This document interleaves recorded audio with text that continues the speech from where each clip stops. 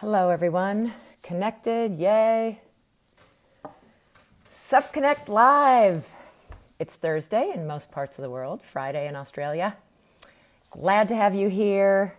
Thrilled to be talking to a very busy young man who most of you know, but I know Sup Connect just has a huge following, and there's lots of you who are brand new to stand-up paddling during these very strange year and a half times. Many of you have just started paddling. So thrilled to talk with him. He just had a huge adventure last week, but he also has just amazing accomplishments on all levels in a whole bunch of different parts of stand-up paddleboarding. So this is Sup Connect Live. Sup Connect allows me, Kristen Thomas, to do this every Thursday since April 1st. It's been over a year. Really have enjoyed talking with all the wonderful, interesting people out there in the stand-up paddling world, which crosses over actually with a lot of other paddling and wind sports and all kinds of things. As you'll see, Casper is one of those watermen who do many things. So again, thanks to Sup Connect. This goes immediately to IGTV, and then it gets recorded and shows up on their YouTube and also on KT Outside, mine. We also have a Facebook group, so we can follow up because there are so many visuals that go with Casper Steinfath that I want to be sure to post. I think I already put one video from last week, but probably one of my all-time favorites. I'm going to have to ask him about a video in slushy ice waves. I don't even know how that's possible, so we're going to learn more about that. Casper is from Denmark, actually from a small town, coastal, what they call Cold Hawaii. I think that's a more recent name. I don't think it was that when he started. And again, Sup Racer, Sup Expeditioner. There's some wonderful documentaries out about him, and a true leader and ambassador for our sport. So without further ado, I'm going to see if I can find him. There he is. Yay, Casper Steinfath. CJ Steinfath, you should be following because he puts out some great stuff. And we're going to talk about that. Yay! It's working. Yes. How are you doing? You're good. I'm doing fine. How about you? It's pretty late at night there, yes? Are you in Denmark? Yeah, I'm sitting at home in the living room, and I was going to say it's getting dark, but this time of the year, actually, it doesn't really get Oh, dark around here. Just that's quiet. right. That's right. It's almost midsummer, right? That's June 23rd or something. And Yeah. so do you not see the sun at that time of the year? Well, actually, this time of the year we see the sun I'm almost, sorry. Yes, other way around. Yeah. but like literally around midsummer, like the sun will set around 10:30 in the evening, and then the sun will come back up around 3 o'clock in the morning. So it never really gets dark in the summer. Yeah. So are you the same as the UK? It's 8 p.m. or is it 9 p.m. there? I was supposed to do my homework and figure that out. It's 10 p.m. right Oh, it's here. 10. Oh my gosh. You are such a good sport to do this. Thank you. Appreciate it so much. Well, again, huge adventure last week. And I've heard, I just listened to Mike Euchre. Big shout out to Stand Up Magazine interview you with a lot of the specifics, which helped me understand it. But I want to back up because not everybody, Sup Connect has a huge following all over the world, and they're not all into the racing, the expeditions, the Red Bull end of Mm, things. So let's back up and hear your story. You're from a small coastal town. I was going to remember the name, but we call it Cold Hawaii now, thanks yeah. to you. Well, it goes by the nickname of Cold Hawaii, but the real name is Klitmuller. Schlittmuller. It's an old fishing village on the west coast of Denmark, and I grew up here with my family. My dad is actually from California, and my mother's Danish, and the west coast of Denmark was kind of the compromise in between. So yeah, I grew up here surfing as a kid, and getting to play in the ocean. My dad he still surfs, but he gave that surfing bug on to my brother and I, and that kind of just rolled for quite some years. And you got to understand, like in Denmark, it's a very young beach culture. Like people still kind of have a lot of fear of the ocean, so Mm. it was an exciting time getting to become comfortable with this wild northern sea that we live by.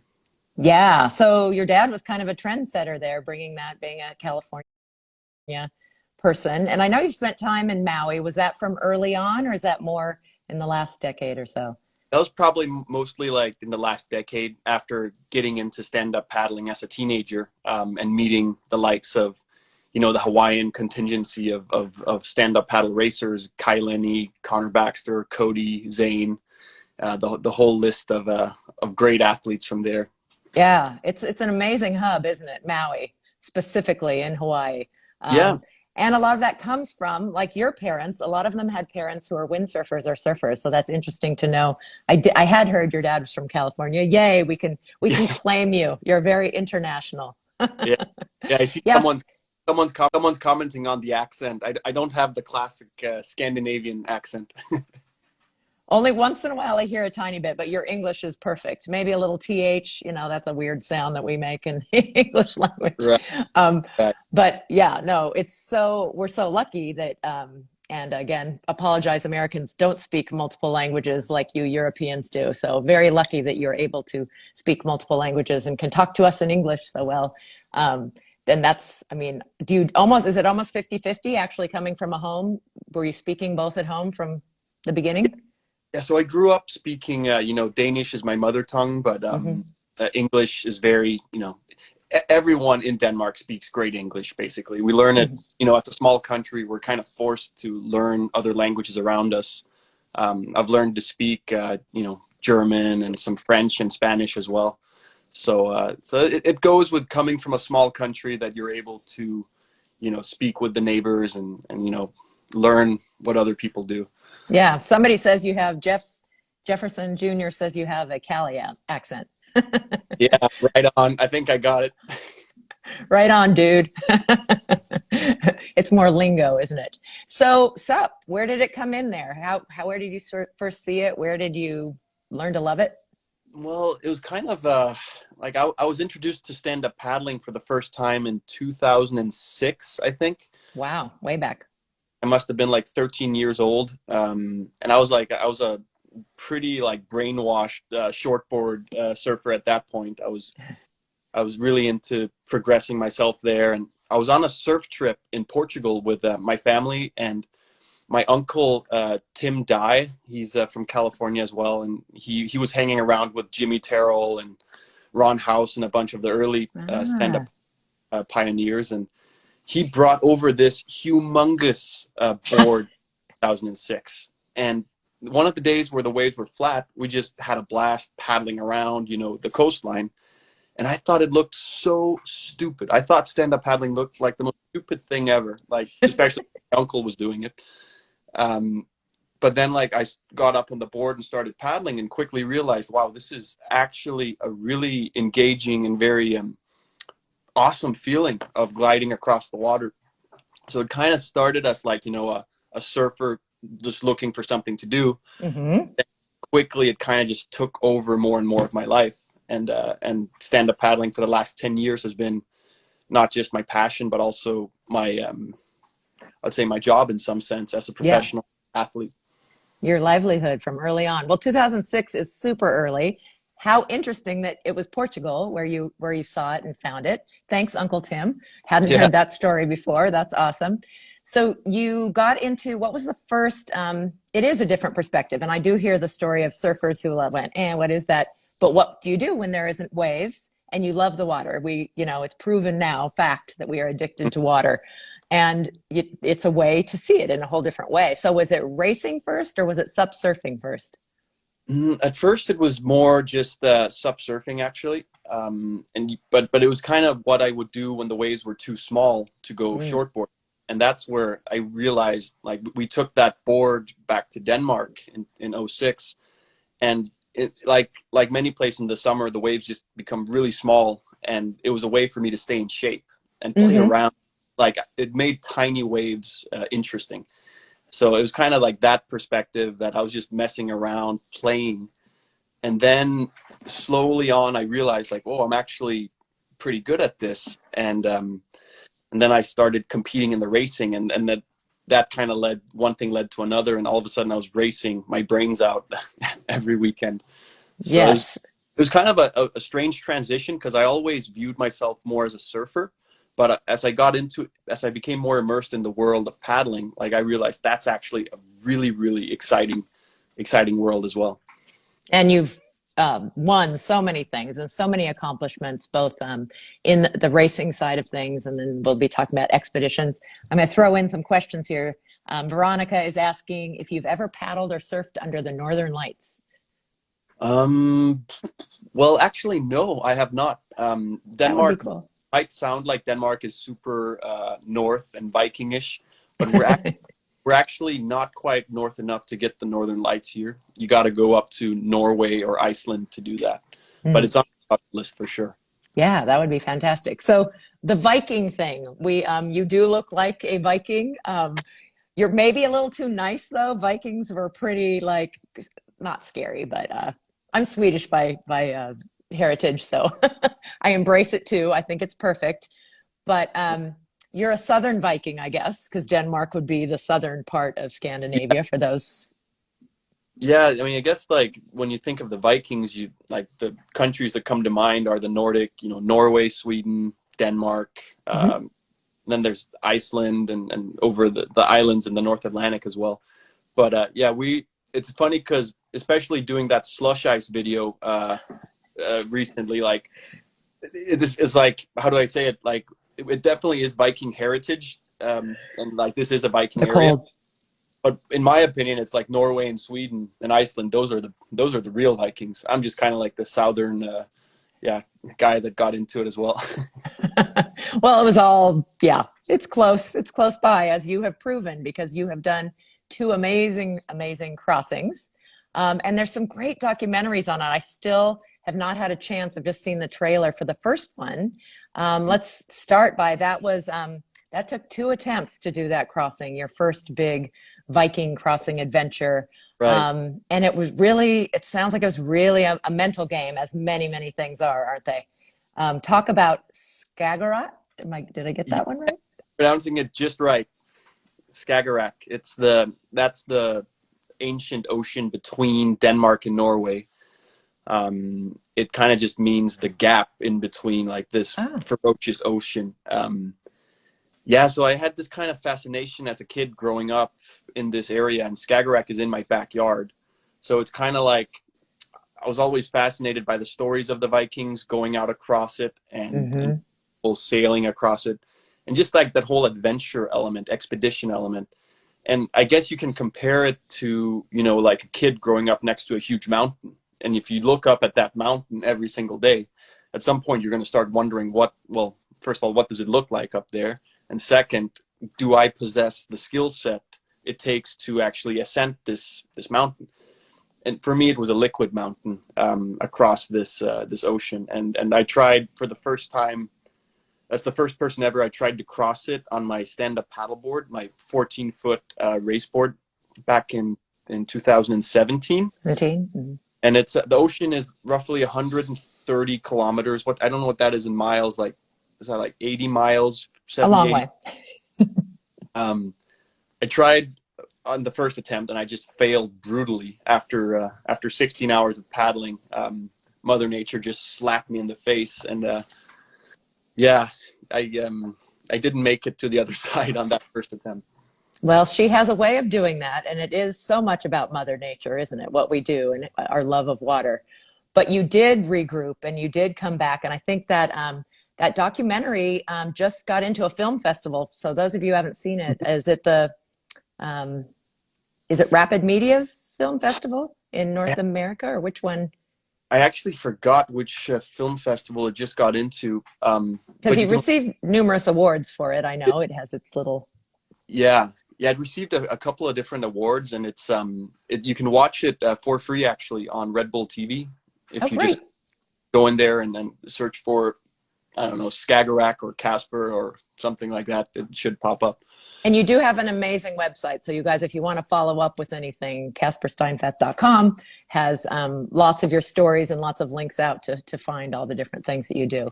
So, that's amazing. But you didn't get enough just doing that one and that 2017 and 2019 adventure. So, let's talk about last week, what you did. A little Yeah, different vessel. I mean, I guess after the Skagerrak story finished, I kind of like I just realized that this expedition element of stand-up paddling, I really love it. And, you know, I compete on the world tour for stand-up paddle racing, which I also enjoy, but I just really love the possibility of using the skills I have to try to like do these things that no one has done before. And it's not really to be the first one ever. It's a personal challenge for me. Like, so I looked to the other side of Denmark. There's another ocean between Denmark and Sweden called Kattegat, another wonderful Viking ocean. And this time, my curiosity led me towards the hydrofoil that I've really like the foiling that I've been getting into lately. And I view, you know, it's the same for all types of water sports, like whether it's a surfboard, a stand-up paddleboard, or a foil or a windsurfer. It can be like it can be a what do you call it, like a toy to play in waves, but it can also be a vessel, a tool, yeah. You know, a tool to get from A to B.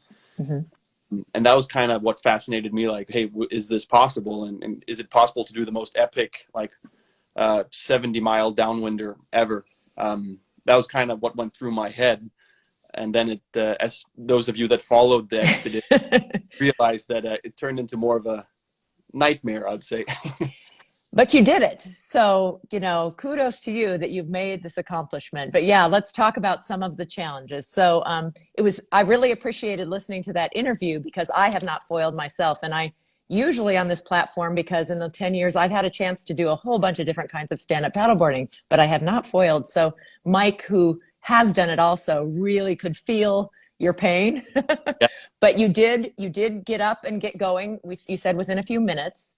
I have done M to O, and I have watched what happens at the end of that. And I have also, though, seen people flying by me. I thought it was a boat out of the corner of my eye, and it was Bant Roediger flying by me when I was regular stand-up paddleboarding in that M to O contest. So it's amazing that you're flying, and the feeling must be amazing. But you count on Mother Nature, I think, even more than we do in stand-up paddleboarding. And you were hoping for a downwind. You got a side wind. Just the footage from that is just amazing to me. You going by these you know, huge windmills that you have out in that crossing that I haven't seen in the water in that way. And then at the end, when, you know, Mother Nature didn't cooperate, that you had to lay down and prone paddle is just crazy. Yeah, I mean, I guess the whole Kattegat expedition took everything out of me. Like, I mean, you got to understand my motivation for going into it was that of fascination for foiling, because for those of you that have tried foiling, you know the feeling. But basically, people that haven't tried foiling, you got to understand it's this amazing vehicle where you're harnessing this energy, just, you know, untapped energy underneath the surface, and it gives you the sensation of just flying across the water. And like when I started the crossing, things were looking great. And, you know, I was going downwind with the wind and the bumps. And I was just, you know, surfing. Basically, I was just surfing a big part of the way without spending too much energy. But dancing with Mother Nature just has that, you know, uncontrollable element of, well, great, Casper, that you want to go to Sweden. But if Mother Nature is not giving you the right conditions, I can't do much about it. So, like, first half of the trip was great. Like, I was flying between these huge windmills, and, you know, felt like a kid in a candy store. And then, like, somewhere after halfway, things just started rapidly deteriorating. And all of a sudden, I was just kind of left out there with no wind and no bumps to fly on. And instead, just looking at, I could see my destination 10 kilometers in front of me. But nothing like I could do except just, okay, I guess I'm laying down on my stomach and using my arms to take me the rest of the way. Yeah. So it made it like, I mean, it's kind of like, I watched The Hobbit the other day, you know, the Tolkien movie. Absolutely. And I just like realized, like, man, that's what's so fun about an adventure. You don't really always know how it's going to end. But yes, that's, to me, what's the fun part. There's a great quote about that in that movie. Yeah.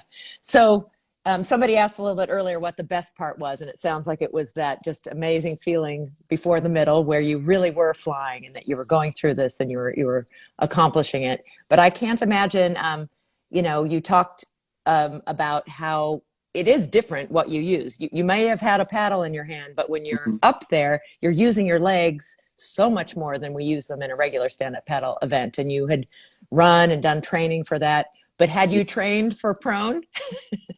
Well, I always try to go surfing when the waves are good. Mm-hmm. But yeah, I spent a lot of time actually, because that's when we go stand up paddling. Obviously we are using a big part of our body, but it's primarily upper body centric.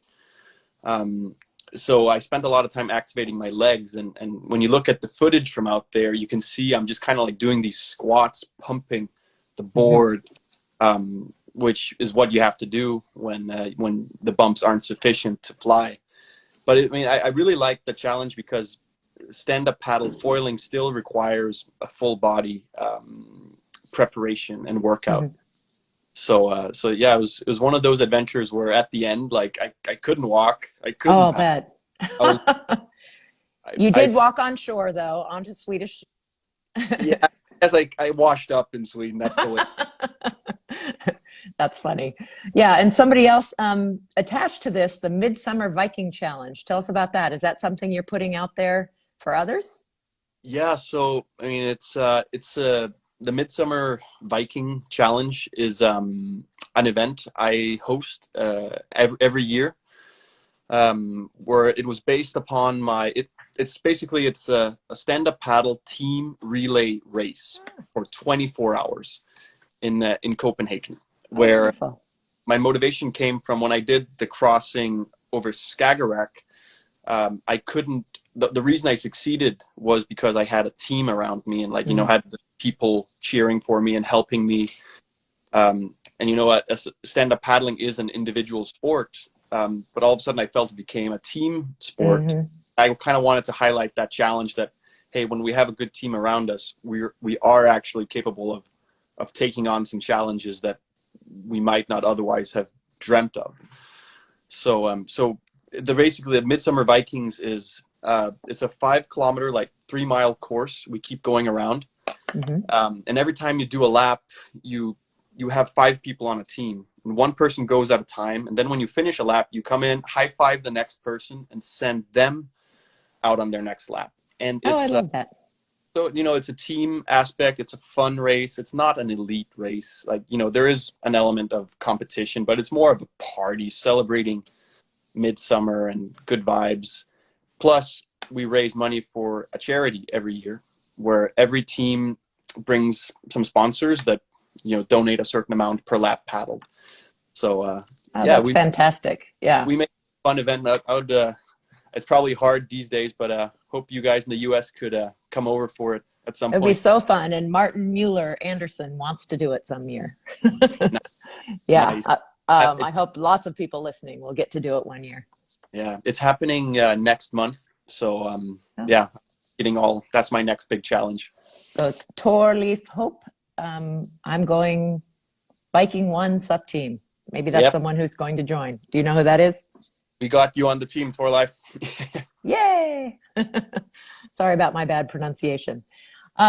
So expeditions, but we have to back up. So as much as we're all just so happy for you and thrilled with what happened last week, you have been a world champion 6 times, you European champion 4 times, you APP, ISA, Euro Tour, sprint and technical, you say, are your fortes, but you have also won the Red Bull Heavy Water Challenge, which I consider endurance. I know it takes technical skills to go in and out of those waves, but it's so gnarly. Yeah. So talk about your racing and maybe some, I mean, we can't go through all of those in our short amount of time, but some highlights in each of those and how you see yourself, because that's interesting to me. You have I do, love watching you as a sprinter, but you've got it all. Yeah. I mean, it's, I don't know. I just, we could spend a lot of time talking about the races and stuff, but basically it's funny because I do consider myself a sprint athlete and like a short distance racer, but then I still end up in these weird long distance expeditions. But I really, what I enjoy about stand-up paddle racing is the dynamic elements of it. Like when we're Mm, racing in waves, obviously I gotta throw out that the Battle of the Paddle races back in the day were, and the Pacific Paddle Games, like those races were just, for me, the benchmark of what I loved about, and I still love about stand-up paddling. Heavy water, the Red Bull Heavy Water up in San Francisco is kind of, for those that don't know it, it's one of those events where, every year when it is on the calendar, you're really happy when it's over, like when it's because it's one of those races that combines endurance and big waves and technical racing, where it's like this cocktail of just really gnarly elements where you're like, last time when we raced like 10 miles from inside San Francisco Bay at first, is tough. Then you have to navigate these like 10, 12-foot waves on a 14-foot race board where it's just, it's more about navigating chaos than actual racing. And for myself, I love that style of racing where it's not necessarily just about being the strongest athlete. It's also about being smart and like understanding the ocean and the patterns of how water moves. That's something it baffles me that I was able to win it 2 times in a row, because I felt like I was more focused on just surviving the whole thing than actually winning a race. Well, that's an important focus, and the mother in me that gets very worried because it is so gnarly about the safety of all of you. I have such mixed feelings. I do really enjoy those, and I think they're amazing. Same with my hometown race, which we miss very much, having Battle of the Paddle, Pacific Paddle Games not happening right now. We still hope that can be brought back, because it is so exciting to be a part of and to watch. And it is about the competition, but it's also about, you've mentioned in so many, the community, the team, being together, accomplishing something, pushing beyond your boundaries. And certainly the more Mother Nature's involved, the more you have, I think, those moments of like, wow, I did that. But it's interesting, like looking at heavy water, and like I see the comments there about the fog and the craziness. Like there's part of me that personally, I really enjoy these types of really, hardcore races. But what I feel like I miss, and especially with, Corona having killed every international event basically for the past year, like I miss those events where it's not the craziest conditions, but where, you have that community aspect where there's a lot of people on the beach, excitement for hitting the start line and talking gear. And that's like I this is maybe just an observation from my side, but I feel sometimes we tend to get too much focused on the biggest and the wildest, where like I think that what Battle of the Paddle, for example, brought together very nicely was a huge open field of, not everyone was an elite racer. Like there's so many people just, having a good time. And I think that's also really important to remember for all of us. Yeah, we had a lot of locals that don't even consider themselves SUP racers, but they did that event every year. Maybe they're just surfers, or just because it was here, why not? Yeah. Someone is asking the best lesson you learned and can share during your lowest breaking point from your hardest challenge. We haven't talked about the mental game, but so much of what you've done on the expedition and racing level, and Red Bull especially, is mental. What was the question? The hardest lesson learned when you were at your lowest breaking point. I know one thing you mentioned was team. That comes to mind, how important team is to pull you through. Yeah, team is important, but I think that the single most important lesson I've learned is actually failure. Like the value of failure in the right context. Or I'll use the example of whether it's chasing a world title, or it is trying to paddle to Norway and like seeing my dream sink into the ocean 12 kilometers from the finish line. That can feel like a failure, but essentially it's only a failure. I only view it as a failure if you forget to act on it, or like you can choose. Like it can be like a business presentation, an exam. It can be a bunch of things where things just don't go the way you intended. And maybe if you reflect on it, it shows something about the attitude you went into it, or the level of preparation. in my case at least, with paddling across Skagerrak, I was cocky. I was like Mm. unaware of the actual conditions unfolding around me. So that slap in the face I got was actually a very useful one, because it made me totally reapproach the project and learn from my mistakes. So that was like when I got hauled into the escort boat, like totally in hypothermia. That was my lowest moment, but it was also one of the most like valuable Hmm. I've had. And yeah, failure sucks, Oh, but sometimes good stuff comes from it. absolutely. Mistakes are a part of life, and super important point about learning from mistakes and from what has happened. Yeah. Do you remember me, Casper? And they said something in, I assume Danish. Abhishiyam Bhaskaran. It's so funny because Instagram names don't necessarily, it's not really the name. Yeah. um, Fun is the best part. Yes, you want to have fun. And Dilly Baloney says, hey, with J, so someone who's Scandinavian from the Pacific Northwest. That's in the US, in the north part. Right. Um, so you do have, we mentioned one, actually two of the films, but one of your first ones was really good about stand on water. Standing on Really water. kept Yeah. it. Yeah, that was a great documentary. So, did you approach Red Bull? Did they approach you? I mean, I think it's so wonderful for, again, our sport that is young and new, and we don't have that much content out there, that you were able to produce that. Because that was 2015 or 16? That was 2015. Yeah. That I mean, the whole film Standing on Water was, I mean, it was supported by Red Bull, but it was actually my good friend Peter Alsted, Mm. who's a documentarist, a really great guy. He followed me for roughly a year while I competed around the world and at home in Denmark. I mean, I didn't, at the time I didn't know what the hell he was actually interested in, but it was in hindsight. I think it was a really nice portrait he did, where he showed maybe the struggles of coming from Denmark and trying to having the crazy dream of being a professional water sports athlete. Love it. It was very good. Thank you, Peter, for doing Yeah. that. Yeah. And Red Bull for supporting, of course. Yeah. Martin says hi, another Nash person. Martin, greetings to down. Hope you're doing well down in Holland. Queensland, true Viking skills, all kinds of good comments coming in. Um, so leadership, I want to talk about a little bit because again, I Mhm. just see you as one of our top ambassadors. You have an amazing following that you have really organically and authentically built because you're a really wonderful young man. But I mean, you started doing this as a teenager. You're still, in my opinion, very young. My children are older than you. Um, but you run clinics, you speak with youth about overcoming fears and moving into things. You are a coach. You're the vice president of the ISA still, I believe. I promised I wouldn't spend too much time on this.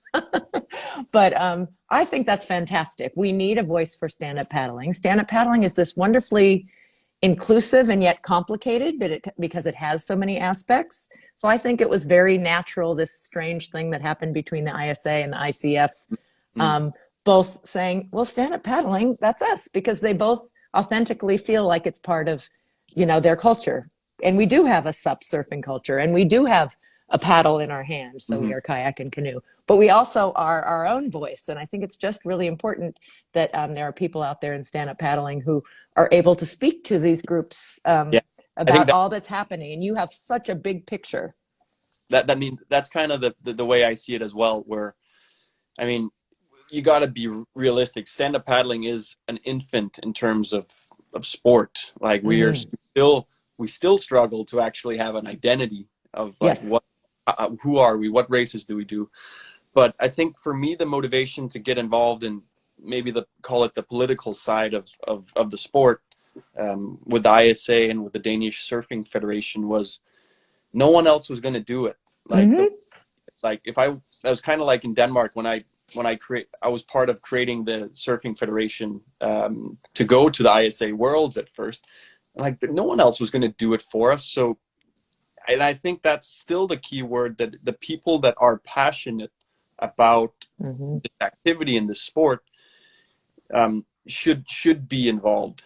in making decisions, not just at a local level, but also at an international level. Like, because that's, I mean, I might be fading on to other things, but I definitely, in those years that I was really focused on competing, I was super happy to be a voice of stand-up paddling inside the ISA, and to voice athlete concerns and bring the sport different places. But yeah, it was basically a lesson for me that sometimes you got to get your own hands dirty, so to say. Well, thank you. And I appreciate that one as young as you has that wisdom, because I agree wholeheartedly. And it's kind of that 20/80 rule. So many people complain about why aren't they doing this? Why aren't they doing this? And it's like, who are they? We Yeah. need to be the they, and we need to be out there speaking. And it takes some time. And we are so young, as you said, in the sport. And that's wonderful. I didn't realize you were involved at the very beginning in forming the Surfing Association. So it's very natural, the direction you went as a lifelong surfer, as that being your root. But that doesn't mean it's the everything. We hope as we get back into racing, we're hoping, I'm excited I race myself, but I love watching you guys at the top levels. We want to see you guys competing against each other. We're hoping that this return, as we get out of this pandemic, I think it's going to be a huge resurgence. So many people started paddling at the recreational level. So let's help them find racing to help build up racing. That's kind of I have the same excitement there, because in some sense, like there are the usual faces in the stand-up paddle world we've seen for the last years. But what I love right now is there's such a huge influx of, recreational paddlers and young talents. And there's just so much new energy coming into the sport, where I feel like we're kind of just overdue for some type of reopening, where we've all spent the last year and a half now just, kind of geographically isolated. But I hope it's going to be this big, party essentially that just unfolds. But especially with stand-up paddling now, like I don't know what it's like in the US, but in Europe, like you can buy stand-up paddle boards everywhere now, and there's literally people paddling anywhere that there's water, which is so cool, super cool. Yes, they actually ran out in a lot of places because anything outdoor, people were seeking away, which is wonderful for humanity, I think, in general. There's a lot of learning around that, but they sold out of bikes and camping equipment and water equipment like stand-up paddle boards. And we see so many people, yes, some with their paddles backwards and need a little bit of instruction and such, but it's all heading in the right direction. But exactly. As a sub junkie, I spent a lot of time doing the kind of time trial, online racing, because I wasn't ready to give it up. We've kind of switched now. The last couple of weekends, we've had gatherings with like not real races, but in place. 35 people show up, no awards, very informal. So we're moving in that direction and starting to see some races on the calendar. The Gorge Paddle Challenge, Carolina Cup in the US should be happening. Euro Tour, I see some races starting. APP is going to happen. We're thrilled for ISA that they're going to be in the Olympics for the first time. What I heard was that they aren't going to be able to hold a SUP event. I'm hoping they put out a press release and so we know that. And I don't know if you have that, but that's what I heard from USA Surfing. There is an ICF event, and I hope we're kind of past that. Like, we would love to see you at the ICF racing against Casper in a 200-meter sprint. I mean, you guys are both, sprint people. So, it's in Hungary, it's in Europe. But anyway, we're very excited about the relaunch. I think there will be growth. I hope we can all work together to organize. I did a little interview with 2 countries, Switzerland and South Africa, that both have a subgroup that are helping to inform their surfing group and their canoe and kayak group, because some of it is top down. Yeah, it's important that there is, like we talked about before, like the passionate people and the people that are, have the pulse. They also are involved in, whether it's advising or directly organizing themselves. But I'm so thrilled, like, forget whatever organization it is right now that's doing something, like whether it's Euro Tour or APP or the one or the other. It's just, we got to get back on the water, having events. And I think we're all hungry for that.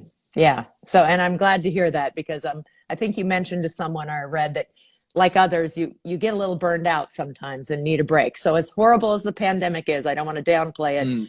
it was a rest period and maybe a time to reflect, and you know, have done your expeditions, but it sounds like you've got the fire and you're ready to go race again, which I, I love. I, I definitely enjoyed, like, I'm not going to say the pandemic was a great thing, but for athletes, and I think Michael Booth actually had a very good statement about it where he said, you know, the fact that a lot of athletes have to take a 1 year hiatus actually might prolong careers, and, you know, in Mm, terms of just physically, but also mentally allow people to reset and actually have a break, which is essential to avoid burnout. And like, hmm.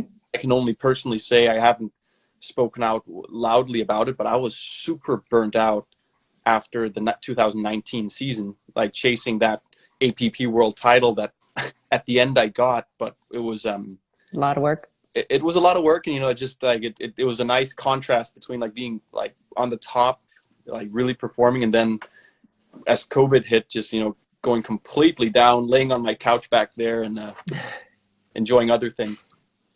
Yeah, so it is. So yes, again, I'm glad we're both feeling positive. We've got a couple people from the UK. And from Sup Magazine is saying hello. Keep doing what you're doing. Sup Junkie UK, Sarah. Yeah, Sarah. Yeah, people in the UK are gagging to race again. I think that's a good thing. Good thing.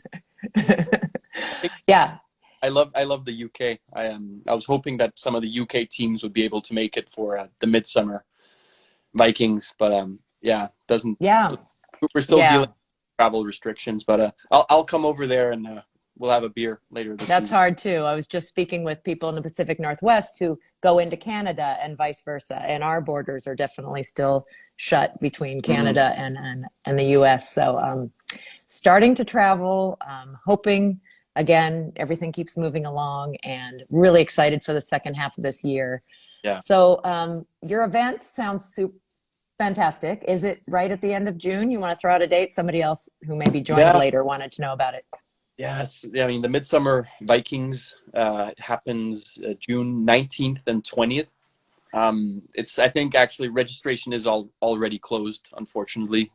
But it's one of those races that I'm really excited about, not just this year, but, you know, I want to make it an event, kind of like a flagship event for, you know, this type of racing where it's, Hmm.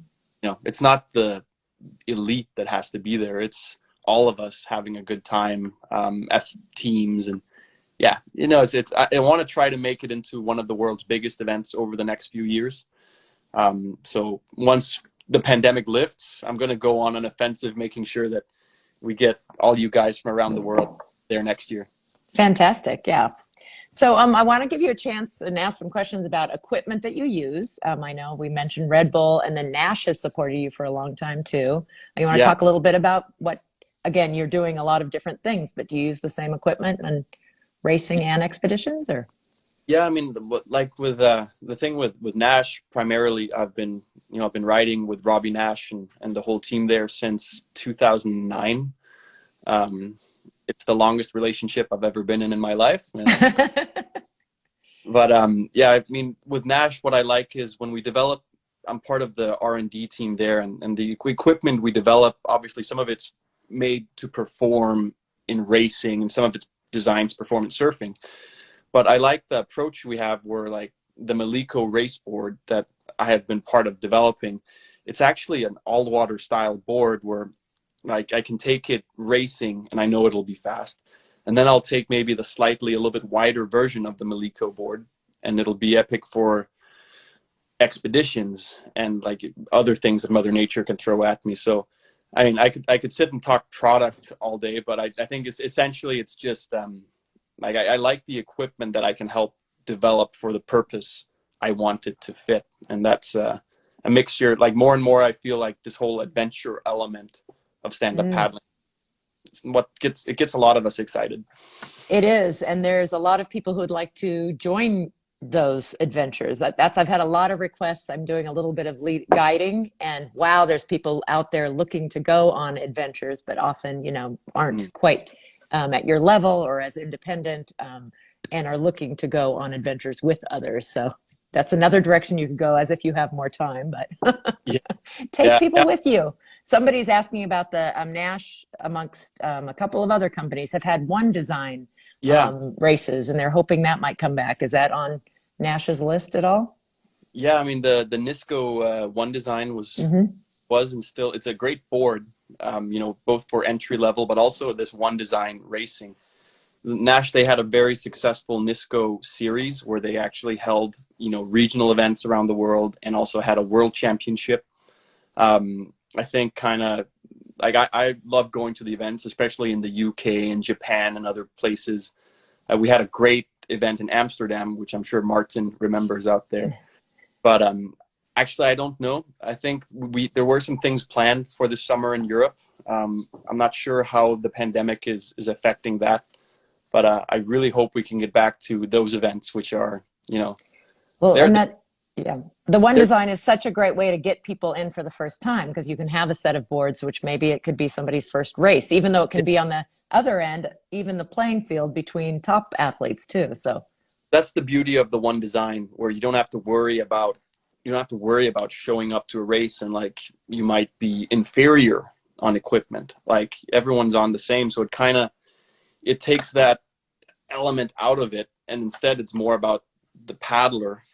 And you can say from a competition standpoint, it makes it very fair, but it also makes it really easy because everyone feels they're on the same, and there's like that kind of opens up for an atmosphere of fun. And yeah, I really miss those events too. I hope we can get back to those very soon.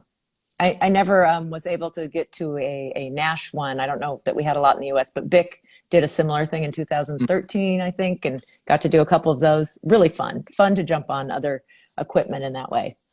Would love some more tips from you, and I'm going to switch back to foiling because Okay. I have not asked for tips about that, but it really is one of the new hot things, along with the wing and in Hmm. combination, and they can be done separately and on different equipment. But someone who wants to get into, let's say, subfoiling, since I don't know if you how much experience you have with wing, but guessing it's you probably have done that too.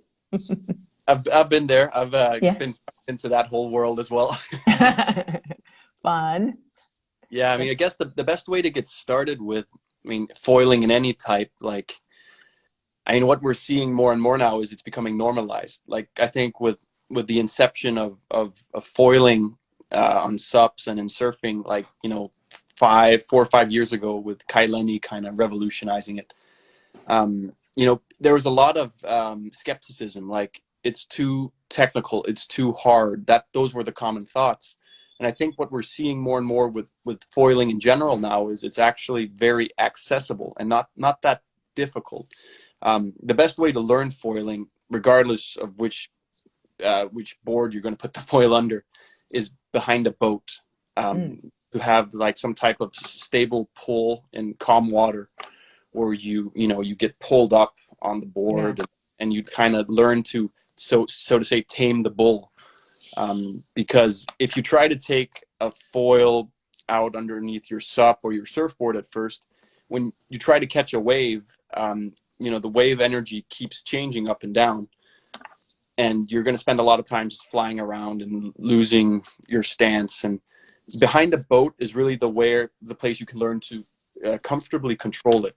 And then afterwards, once you've learned how to lift off and land again, then you can start taking it in the waves.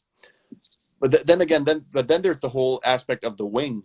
The wing that's kind of come into it now. Yeah. Where that's opening up a whole new ball game as well, where people that even haven't even surfed much or paddled much, it can pretty easily get into foiling because it's so intuitive with the wing.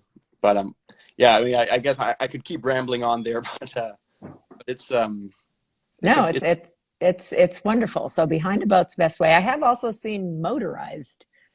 Is that, have you ever seen anybody do that? Is that a way to learn, or uh yeah, it's a way they to have a learn. motor on the foil, so it seems like that would be a way to get a feel for it, but not very natural. It's a different setup you got to use for Hmm.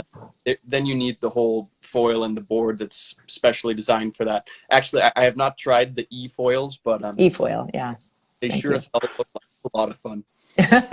It's all fun, and it is all about fun. And the wing is very interesting. I think a lot of people that come from windsurf culture, like so many of the Maui folks and you guys where you are, maybe your dad, I don't know if he's a windsurfer too, but here's this independent thing, but with the same feeling. So if you have wind knowledge, which even sup surf, I mean, downwinding and surfing, Yeah. there's a lot of that.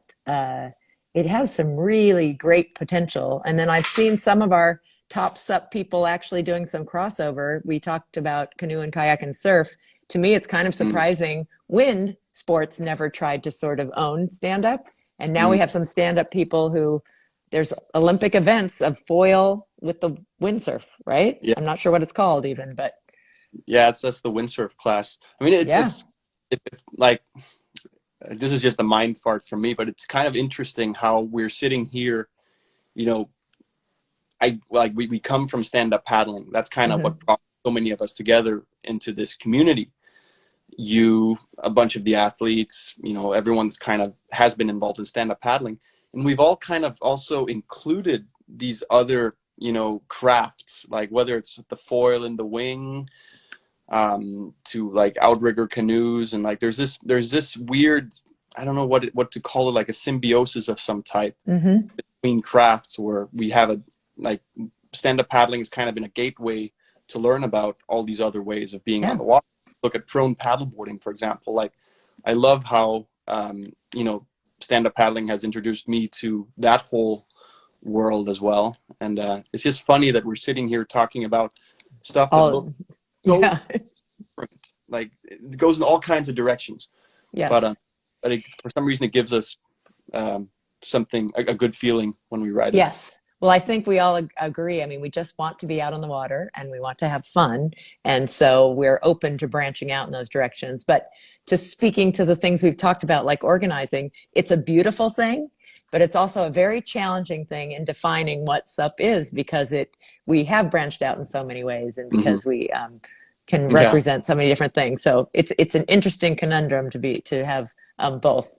But again, out there on whatever vessel it is having fun. We do embrace that. And I don't know about in Europe, but many of our events are multi-craft.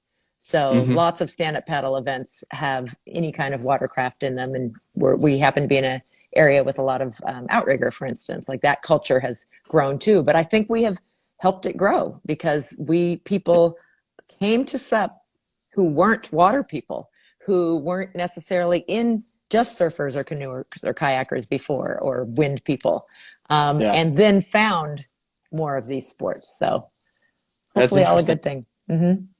Yeah. Let's see, we have a question. Who is your competition? Just curious. Who do you want to Every beat in races?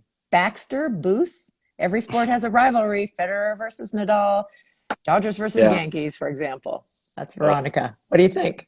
good question. I feel that I kind of grew up in the shadows of the big rivalry between Connor Baxter and Kai Lenny, in stand-up paddle racing. Like, I was kind of just like I was lurking around in the shadows when they were duking it out.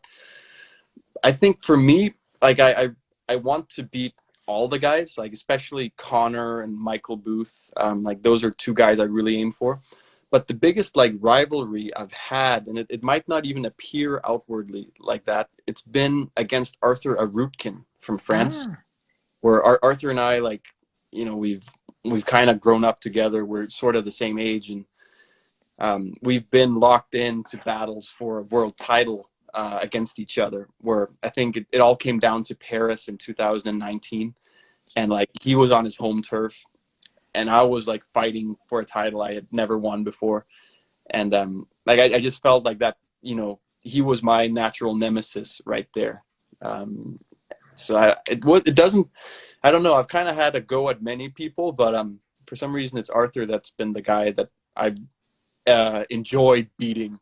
Um, friendly rivalries. Yes. yeah, Love that. And that's interesting because you have beat those two that you said you were in their shadows, but I believe you've beaten them before, yeah, yeah. I mean, or at least Connor.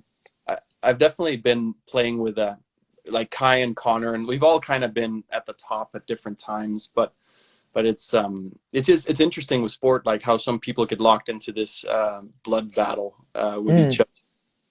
Yeah, I mean, it's Well, definitely there's been a lot of people, you know, at that top level that on the one given day yeah. could Well, outperform. I like, for instance, that the APP broke it into like sprint, distance, and overall, because I think we put so much pressure on you. I've said this before. I think it's amazing that you early athletes in stand-up paddling are expected to be good at everything. Yeah, You need to be surfers and downwinders and I, sprinters and distance and technical.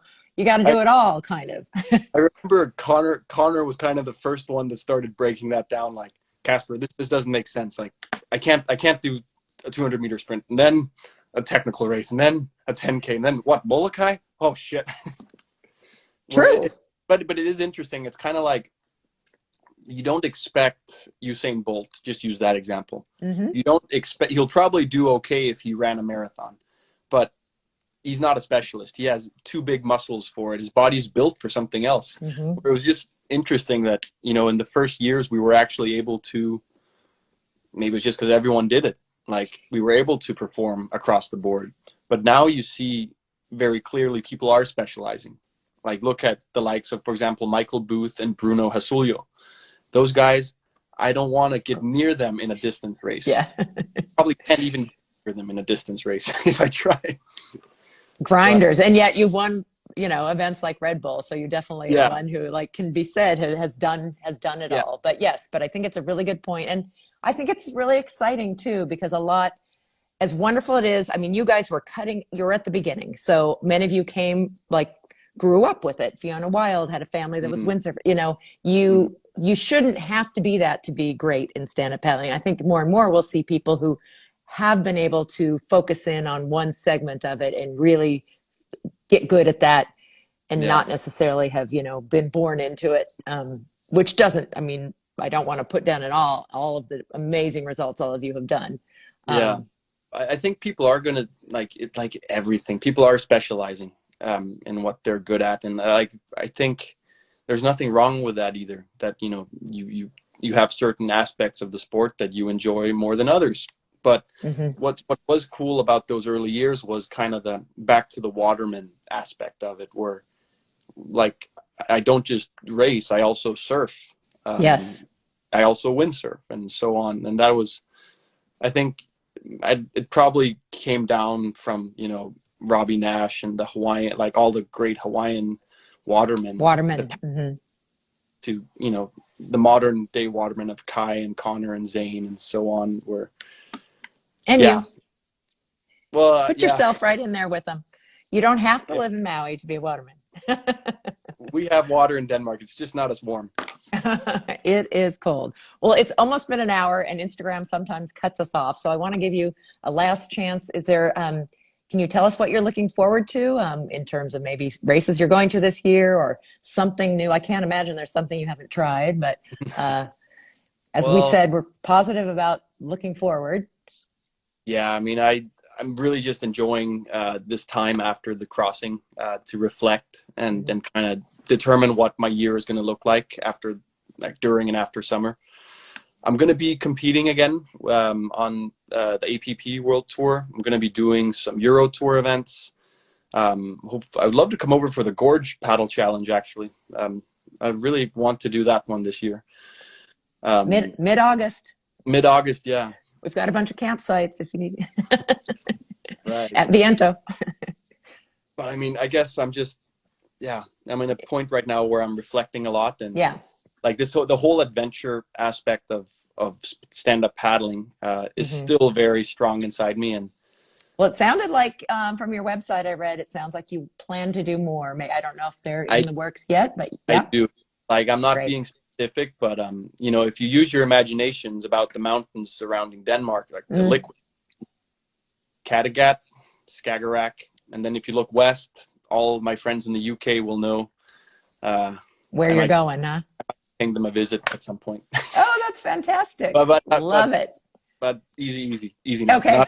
Not We won't hold you to it, but I think that would be fantastic. I hope you continue to do those and, share them with the world. And thanks for all you do as an ambassador for the sport and as just an amazing young man.